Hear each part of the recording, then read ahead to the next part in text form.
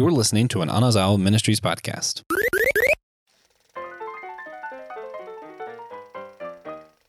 Merry Christmas, SG listeners. Welcome back to the Drive-In series. We are doing Christmas movies this month, and I'm here to do possibly my favorite, Miracle on 34th Street.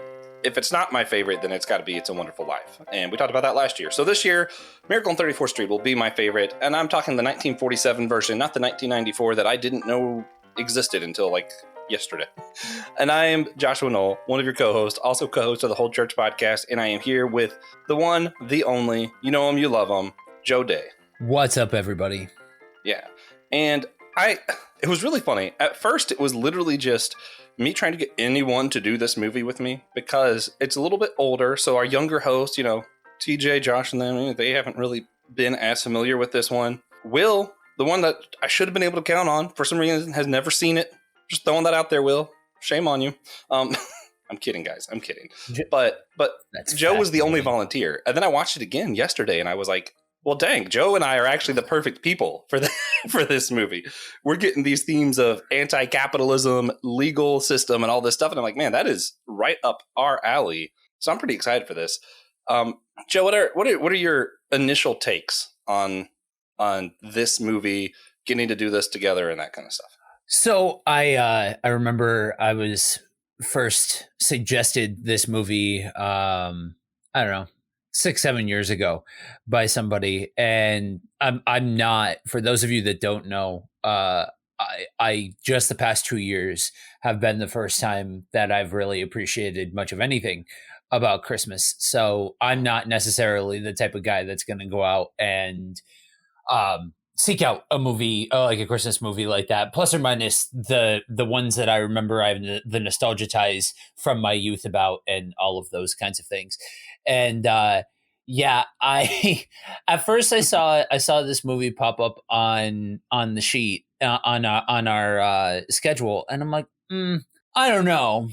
And then I'm like, I had a similar thought. I'm like, wait a minute, legal system, anti-capitalism, because that's why it was suggested to me, because I am the worst business owner in capitalist in this country, because I don't like capitalism. And so I'm excited to see where a brain like yours goes with a movie like this. All over the place. Yeah. There's so many big themes. That's what this is. Like, I feel like this isn't that like complex of a story or anything. And we're talking about 1947 films. Typically they weren't, but they had a lot of precious little intangibles, or your lovely intangibles, however they say it in the movie. And they have these huge themes that they're talking about throughout this, sometimes really blatantly, right, sometimes not as blatantly. But that's what makes this click for me. It's a black and white film. It was in 1947. I was thinking about it earlier, and it's kind of funny. I realized there is every possibility that Lewis and Tolkien saw this in the theater together.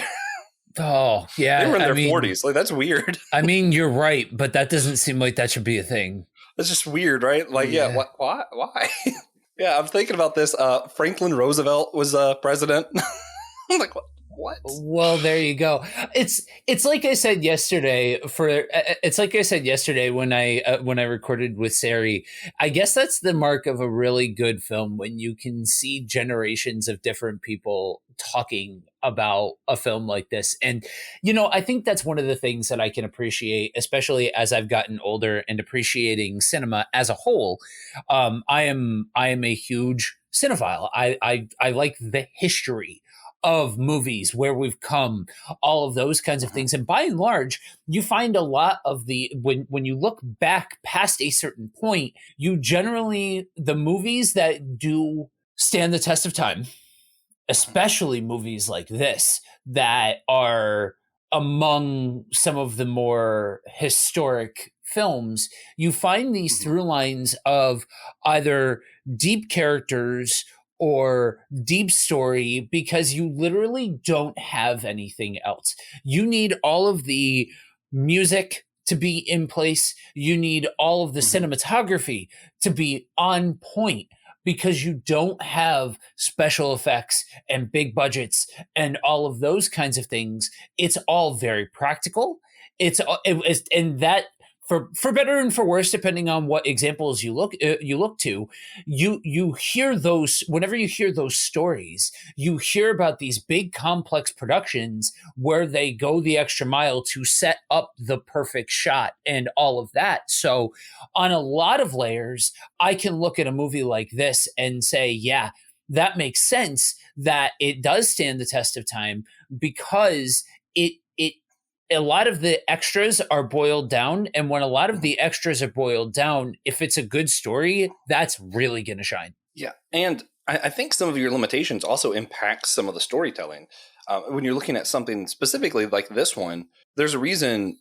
Part of the reason you don't see Santa Claus do all these cool magical stuff that you see in some of the newer stuff and really strutting his stuff, they couldn't do that anyway. So they had to fit him not doing these crazy things into the storyline, which changes what you get from the movie. And you really sort of get, especially at the beginning, instead of what if God was one of us, you're kind of getting a what if Santa was one of us story at first. And even just looking at the actor and everything. And it's funny because I associate this guy as Santa because I've watched this movie enough times throughout the years. But I was thinking about him, like, he's not really that jolly and round. He's not tall and huge. He's not Tim Allen. He is just such an ordinary, unassuming looking guy. I'm like, this is just a regular person, which is why they were able to sell throughout a lot of the movie where you're like, wait a minute, is he Santa? Is he not? Like, you're not sure when you first watch this. You're like, what is happening here? And where I think Joe and I will disagree before we get into some of the crux of the film. I typically love these really older films. Like we mentioned during Halloween, I love Bride of Frankenstein, that kind of stuff when it's black and white. You lose me in the 80s and 90s. So that's why you don't see me in some of this Christmas drive-in. I'm not going to do Home Alone. We're not doing Home Alone. But I didn't love A Christmas Story. A lot of these things, 80s and 90s, I was like, yeah, whatever. Even like really most Christmas movies don't pick me up unless they're like the older cartoons or these black and white films like It's a Wonderful Life and Miracle on 34th Street. And it's largely because it becomes more about the effects and making you feel this grandiose kind of feeling. And I'm like, that's not what I'm here for. That's not, to me, what Christmas is about. But this film does a really good job. And it's something you guys talked about when you talked about A Christmas Story. It captures the Christmas spirit without being Christocentric. Right. So it doesn't go out and tell you the story of baby Jesus, but it is very much a film about the Christmas spirit up against the ideas of capitalism and marketing and having it all over the mall and all that stuff. Yeah. I think the way that I put it with Will is it captured the magic in a little kid's eyes for Christmas. And I think for a movie like this, there's some of those same real life themes, even if they're not like the exact points aren't translatable from film to film. My point is that I think with a movie like this, you can capture that same idea where you're capturing parts of the human experience in relation to this holiday, because this holiday means a lot of different things for a lot of different people. And the reality is that that's not always a good thing. And when you unpack Christmas films as a whole, I have found that there tends to be three buckets.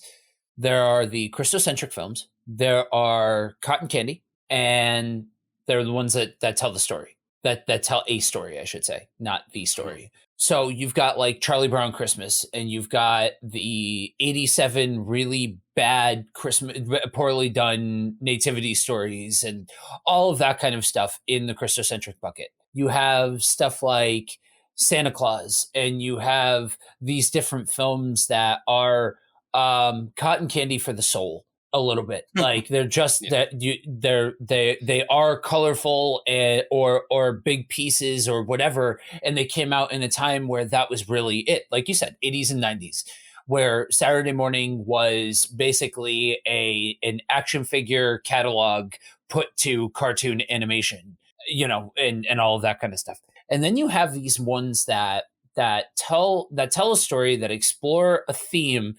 And I guess I don't know if it's because I've spent more time without God than with God especially in relation to Christmas, that I have a soft spot in my heart for a film that tells a story that still subverts what the standards are for Christmas and the American experience around Christmas and all of that kind of stuff, and has more than just one-dimensional characters, more than just characters that are meant to be a plot point. That's so for me, this is where the magic of telling a story around around the holiday really sets out. And honestly, for me, the biggest movie that I juxtapose this movie with is Jingle All the Way with Arnold Schwarzenegger, because it's more of a modernized version of some of the same exact context, you know? Oh yeah. I forgot about it. We needed that movie next year. That was a good one.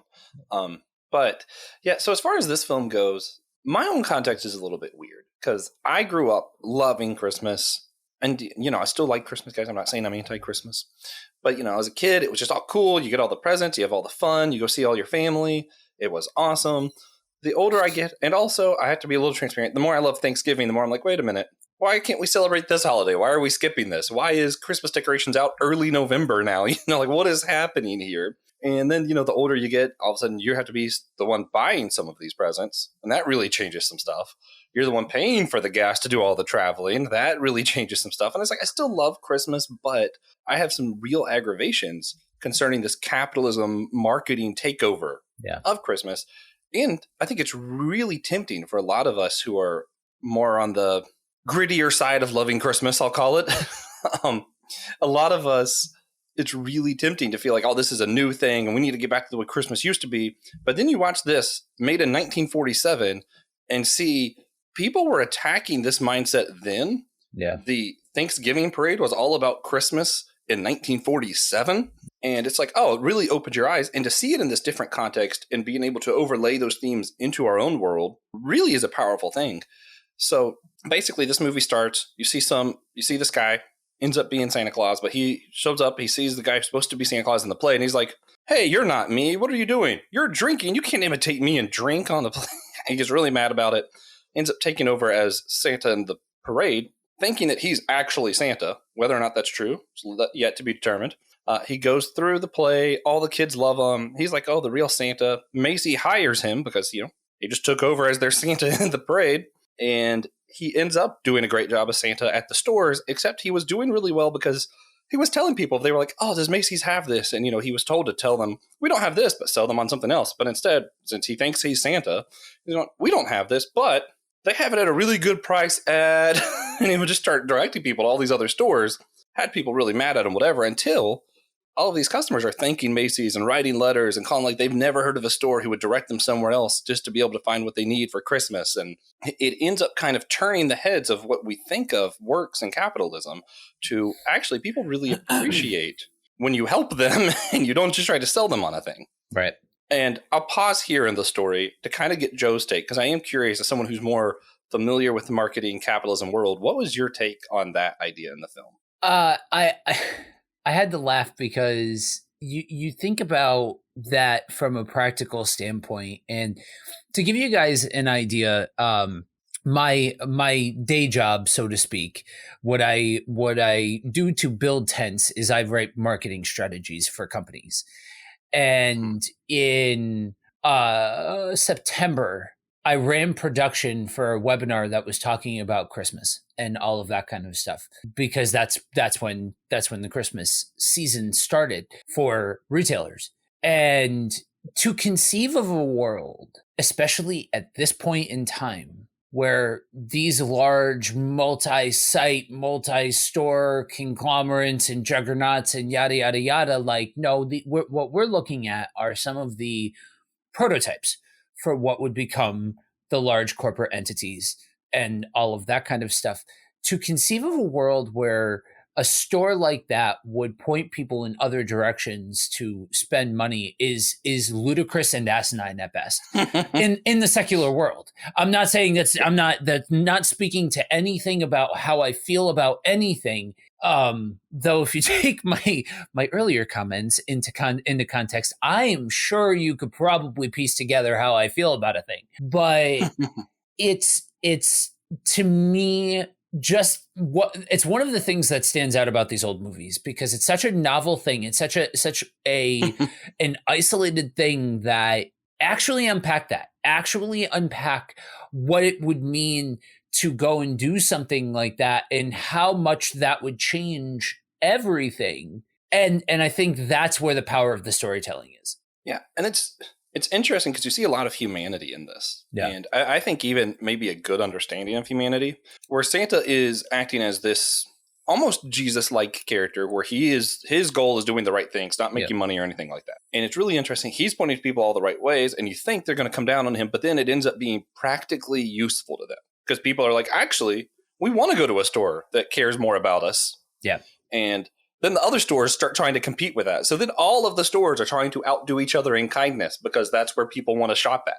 And it's ridiculous. And it happens a few times throughout the movie where there's something that ends up working out to be the right thing, but humans aren't doing it to do the right thing. We're doing it because practically that ends up helping me. So I'm going to throw a little bit of an Easter egg out there for those of you that track along with what we do.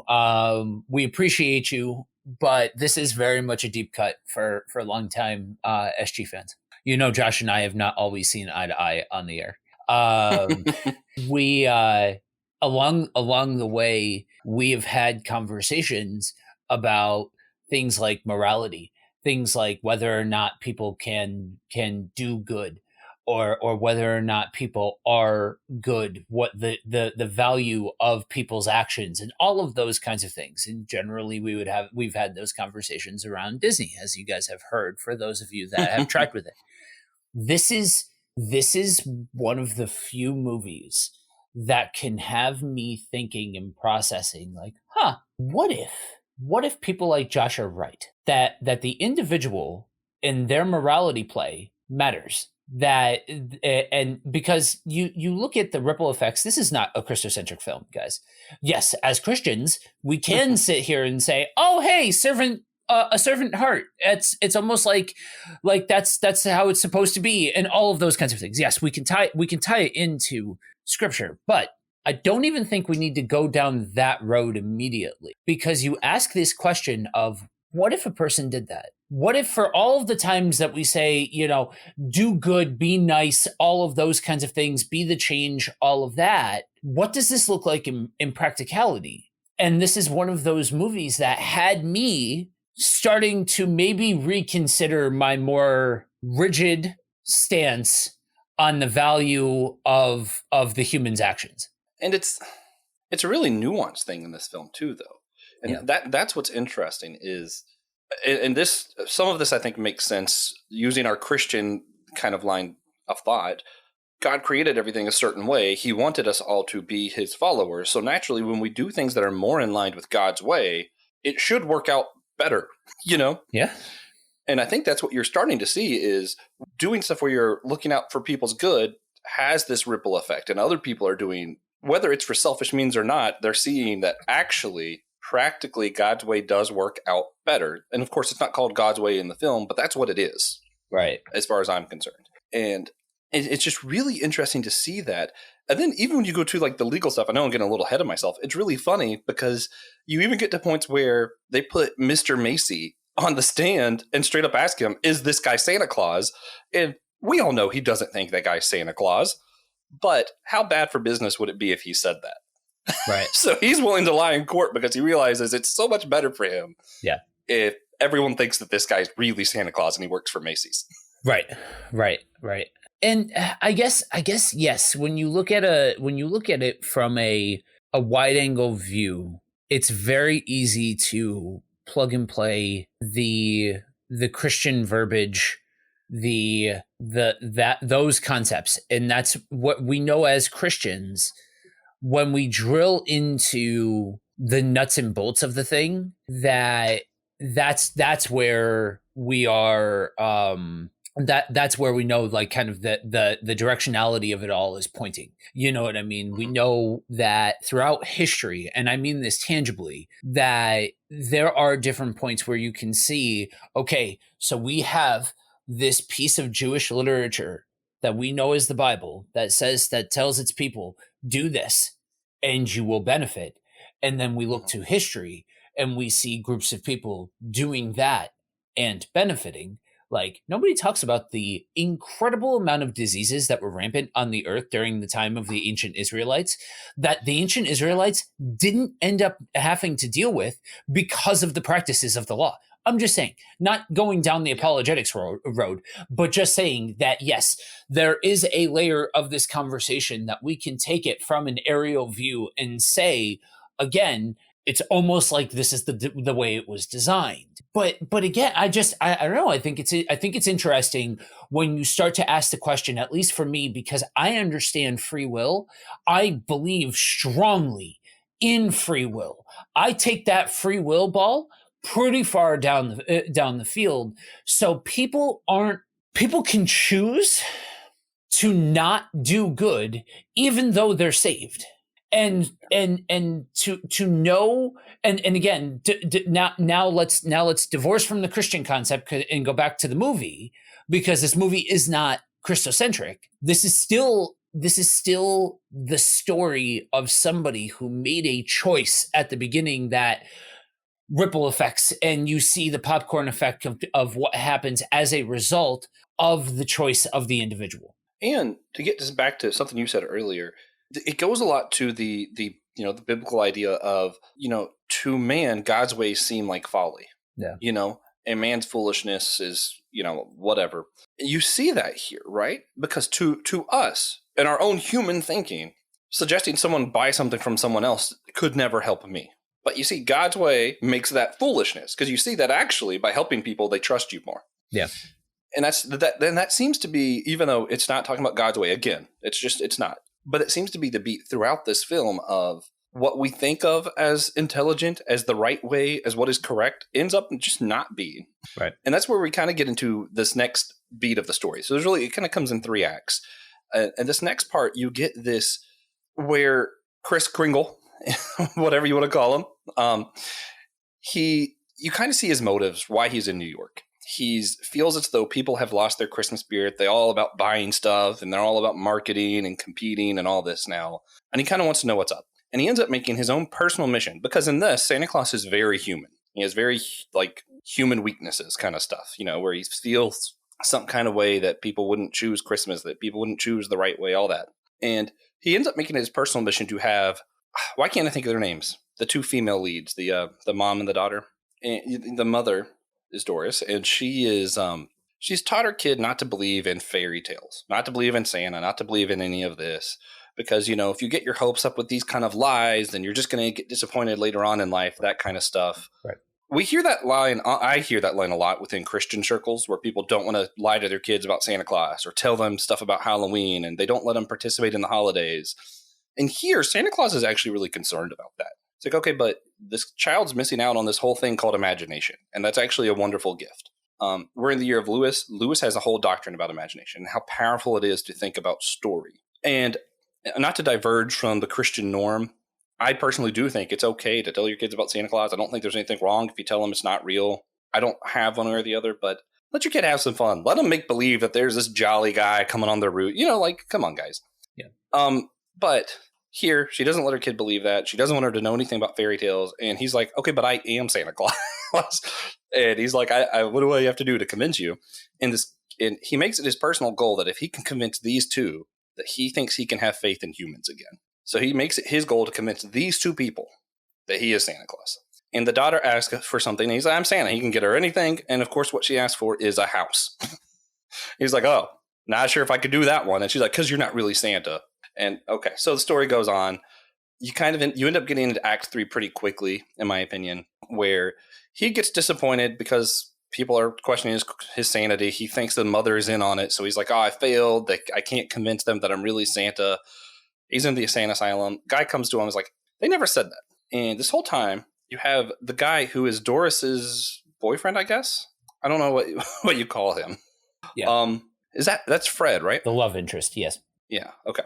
So Fred is a lawyer, and he's like, okay, well, here's the deal. We need to get you out of this now. Now that you realize that they never said this and you want to go back to them, there's actually a legal case on our hands. We have to do something here. And they show up to court, and you expect it to be, the state versus him, and the state's going to be like, of course he's insane. He thinks he's Santa Claus. And because they make this argument throughout the movie, he's like, well, you can believe you're something, and whatever, and that not be dangerous. And you kind of think that's going to be his argument, but instead he comes out and goes, I think this guy is Santa Claus. That's my argument. He really is Santa Claus. And if he really is Santa Claus, it's not insane to say he's Santa Claus. So he makes it his mission in court to prove that this guy is Santa Claus. And that's the part I think most people know about this movie. Yeah. Also, it's absolutely absurd. None of this is how the court system works, even a little bit. But whatever. We're just going to dismiss that. And it's just a fun movie. We're just going to roll with it, right? I find the arguments really funny. When they're going back and forth, he brings out the other lawyer's kid and is like, oh, well, who's Santa Claus? And when the other guy's kid is like, my daddy told me Santa Claus is real. He would never lie to me. And that's him right there. It's like, oh, okay. Anyways, they end up having to prove that Kris Kringle here in the court is the one and only Santa Claus. And because of the mail system gets all these letters from different kids who've been watching it on the news or whatever, I guess, that says Santa Claus, the court of New York, the U.S. mail system delivers like 5,000 letters to Santa Claus at the court. And the lawyer ends up using that to say, well, that is an official, department of the government, which is true. Right. And they are clearly recognizing him as Santa Claus. Thus, he must be the Santa Claus. So it gets off on that kind of technicality. Yay, the day is saved. They all have a Christmas party. The kid's all disappointed because she didn't get her house. Then Kris Kringle gives them directions to another party or something. I forget exactly what it is.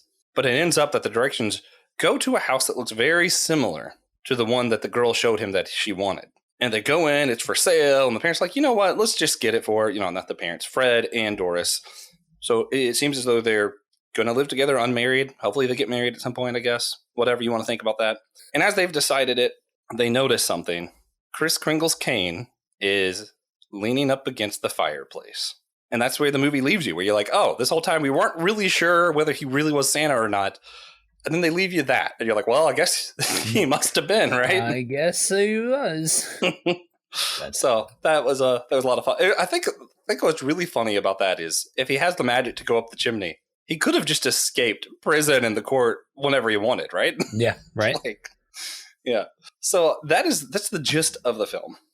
Did you have anything that I skipped over you wanted to? No, I think that's about the size of it. I think for most people, they know the court case on, but yeah, I mean, there's like a whole other part that I would argue is way more significant that happens before any of the court case stuff. That I think that if you are given to enjoying Christmas movies, I think that's the part of the conversation that you like. That's the part of the movie that's more meaningful and people should see. You know what I mean? Yeah. The whole part of what it means to do the right thing at Christmas time for businesses, for individuals, all of that. That's where the movie really shines. There's one other theme I wanted to get your take on, because I think it's something that might concern us both, but maybe not necessarily in this context. So I find it a little weird. The mother tells her, because he must not really be Santa Claus, all this stuff. And the mother's like, actually, I do believe he's Santa Claus now. And she tells her daughter at one point, even if you're disappointed and things didn't work out, you still have to keep hoping. As a Christian, that's something that I agree with that part, right? Like, yeah, of course, we have things in our lives that don't work out, and that doesn't mean God's not real. You still have to hope in God. You still have to hope in Jesus and trust that there is a reason things didn't work out a certain way, whatever. I think what concerns me, though, is she's told that again by Santa Claus. And at the end, she's like, I really believe, I really believe, I really believe. And then she gets the house. And what throws me off is yes, it makes for a nice bow on the story, wraps it up really nicely, and we get to see he's really Santa Claus. But I think there's a little bit of danger in telling the story of if you hope enough and you believe enough, whatever you want's going to end up being yours. That seems a lot like, and I know this isn't a Christian movie, so it doesn't quite go there, but it feels similar to prosperity gospel, doesn't it? Yeah. I mean, when you only have a limited time to tell the story that you're trying to tell, and you aren't necessarily as concerned with pinpoint accuracy, you can end up with rather clunky concepts like that. I can get it, right? I can dig it. I understand that as a human, as innately human, right? Hope, Yeah. hope is one of those things that's a difference maker. And that's part of what I think, unfortunately, doesn't get talked about nearly enough by Christians is hope. Namely because hope is a word that kind of gets thrown around a lot within the circles, that it almost feels like it loses some of the gravity that belongs to it. And with something like this, I can see the fact that all they're trying to do is say hope, have hope, which in and of itself isn't the problem. And maybe this is a case of us being warped by the things that we need to deal with on a regular basis as modern day Christians. But for me, I guess I would articulate it just a little bit differently. It matters what you're putting your hope in. It matters the substance of the thing that you're putting your hope in. And so just saying blanketly, you have to have hope, you need to understand what you're putting your hope into. You know what I mean? Yeah. And all of that. So yeah, just blind hope. I mean, I guess there's virtue in in being a hopeful person, but I do think that's dangerous when you extrapolate that out to some of its possible conclusions. Yeah, I think it's important that we believe in God. Naturally, we believe in the true Christmas story. I think it's even cool if kids believe in Santa. I do think what becomes dangerous is I believe that God's going to give me whatever you insert here. Right. That's not biblical. That's not justified anywhere. But when you're talking about the virtue part, yes, there is danger here. But there is that virtue part of hope. You get to my favorite line of the movie, and it's Doris and Fred are arguing, because she doesn't like that he's basically throwing his career away to defend that someone is Santa Claus when there is no such thing as Santa Claus, whatever. And he says this: "Look, Doris, someday you're going to find that your way of facing this realistic world just doesn't work. And when you do, don't overlook those lovely intangibles. You'll discover those are the only things that are worthwhile." And that's where this movie shines for me, because I tend to be on the realist side a lot of the time. I want to face the world as it is. I don't want to act like it's not something that it is. But when all you ever do is sit in what the world is, and you never are willing to think of these greater things when we're watching our movies of love, of hope, of these encouraging, inspiring things to get through the realistic world, if all you're doing is thinking about the realistic and never thinking of these greater themes, you're going to find you can't get through this world. This world is evil. It is dark. If you don't have something a little bit more intangible, a little bit higher themed, I don't see how you can make it. Yeah, I believe in a thing called escapist media. I understand that not everybody does. I understand that for some people, they want every single thing that they consume to be dripping with the realities of the world. And if that's your bag, and if you can sleep at night, I guess more power to you. I don't see it. I don't get it. And I think sometimes it's okay to just tell a story, or to just be, and without there needing to be this tie back to the realities of the world, because the realities of the world are that Christmas is a very challenging time for a lot of people. It just is. Yeah. And that's nestled within the realities of this world is a very challenging place for a lot of people. You know what I mean? And so, yeah, there's beauty in a little magic. And I do understand what I just said. And I do understand that there are some people that are going to lose their mind when they hear me say that. But why? Okay, I'll say it a little bit differently. There's magic, or there's beauty in a little bit of wonder, right? What happens if people have just a little bit of wonder about a thing, Yeah, and that's where I say usually either this or It's a Wonderful Life is my favorite Christmas movie. I'm going to get a little vulnerable on here. I lost 2 of my grandparents this year. It's a Wonderful Life is a little bit harder to watch this year for me, because it's showing you what happens when someone's not there. And I'm like, that's not something I want to think about. And I could sit here and the realities of Christmas is different, and we need to figure out how to do Christmas without them, and what does that look like? And of course, we're going to figure that out. But if I don't take the time to watch these movies that uplift themes that are bigger than reality, like hope, like the spirit of Christmas, whatever that may mean to you, it's just unbearable for me. Yeah. So I truly appreciate. I love these little lovely intangibles, as the movie calls them, and this movie meant a lot to me this season. And I hope if you haven't seen it that you will. If you have, that you'll watch it again, and I hope it means a lot to you too. Yeah, yeah. I think this is one of those films that if you appreciate cinema, if you appreciate Christmas movies, if you appreciate movies that generate a larger message, listen to or watch this movie. And if you've already watched this movie, if you've seen it before, watch it again. For those of you that are of a particular vintage, we mentioned it before. There was a remake that came out in '94 with that starring the little girl from Matilda. So that's also an option. Watch the original though; it's better.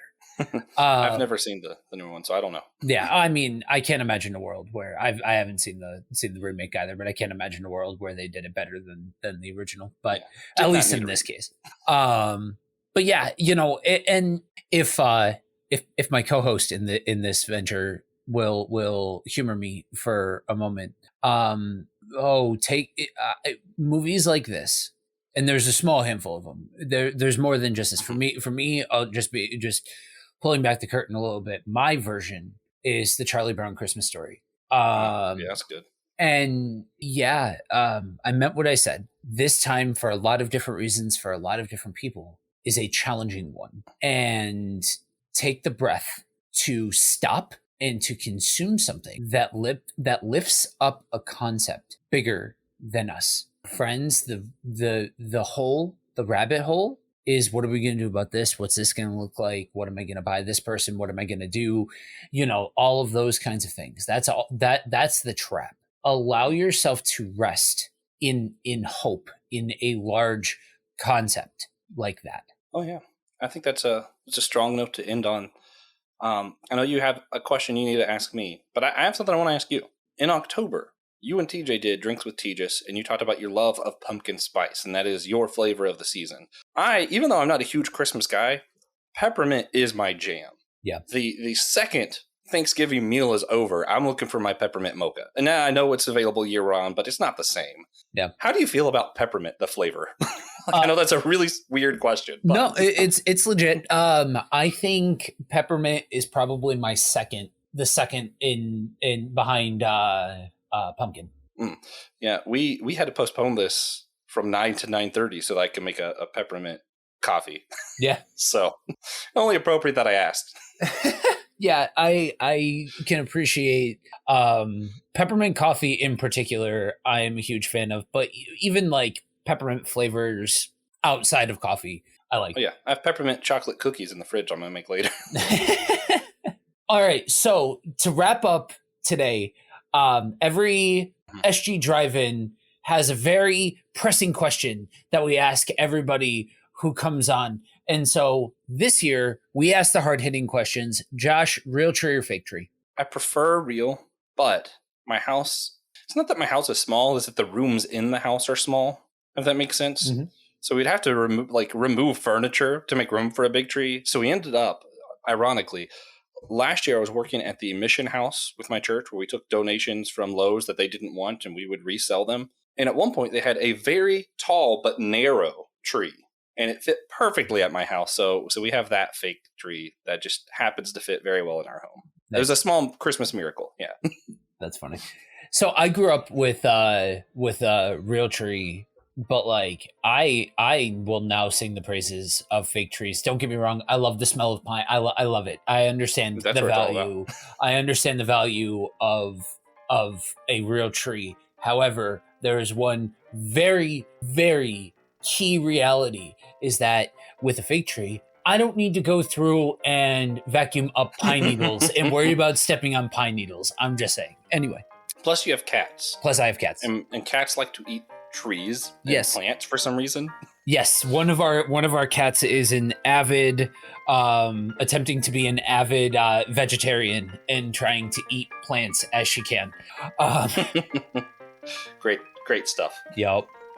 Well, with that then, guys, we wish you a very Merry Christmas. If you want to hear more from us, go to systematicgeekology.org. Both of our names are under the host tab. You can see all the other episodes we do. And remember this one important thing for us, that we're all a chosen people, a geekdom of